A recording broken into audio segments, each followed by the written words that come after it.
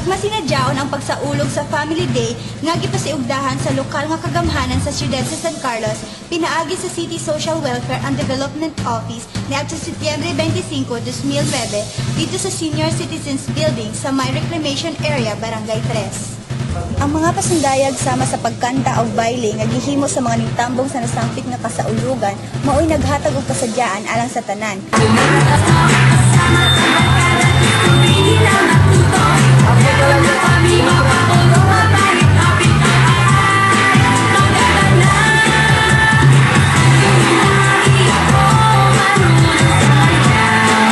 Wala usab nagpabintaha ang mga staff sa CSWD ning hatag usab og paglingaw alang sa pamilya pinaagi sa pagkanindot nilang mobile.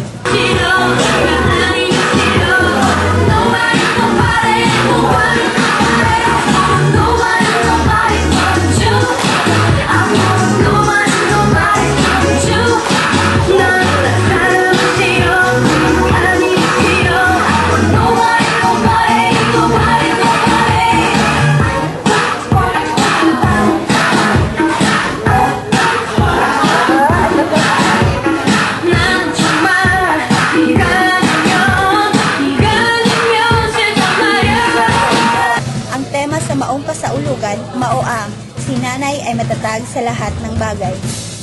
Matud pa ni Marcelina C. Francisco, Associate Pastor sa UCCP, nga maoy imbitado nga speaker ni atong tungura, niingon nga ang maong selebrasyon mahimo unta nga makahuluganon sa matag pamilya. Siya ning ingon nga ang mama adunay gitawag nga magic kaysa panahon nga adunay problema o kun maluya, ang mama gyudayon ang una natong masampit. Nga ang tumong tinuha nga kini nga okasyon karon mahimo kini makahulugan ng kanatong tanan. So kay before last year ang mga tatay man usab ang gitagaan og emphasis kung important siya. So ang inahan dayon maoy magdalasig, magdalasig sa usa ka panimalay kung adunay usa o duha nga maluya, no? Kung adunay mga kabataan na makasakit sa panimalay, muduol dayon natugid dayon sa inahan. So na unsa ka may magic gyud ni mama o ni nanay, no? Kita mo sa ka inahan.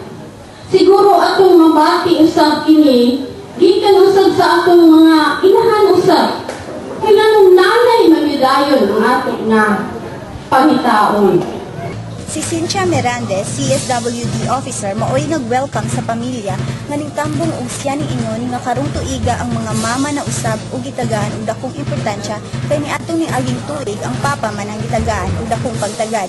As mentioned by Laverne, this is a nationwide celebration of the Family Day. Now, with the theme, si nanay matatag sa lahat ng bagay. So this year, si nanay na pud ang gitagaan o importansya. Last year, ang naka-mention dito is si dad. Last year is English to, karon Tagalog, but si nanay nagyon ang gitagaan o dako kayo mapagkagan. Ang tao pa na magbaligol sa kalikunan gayon, ang magkasulit gayon ang ato ang pamilya, kawan na gitay laing happiness na ato ang kinabuhi ko dili ang atong yung pamilya.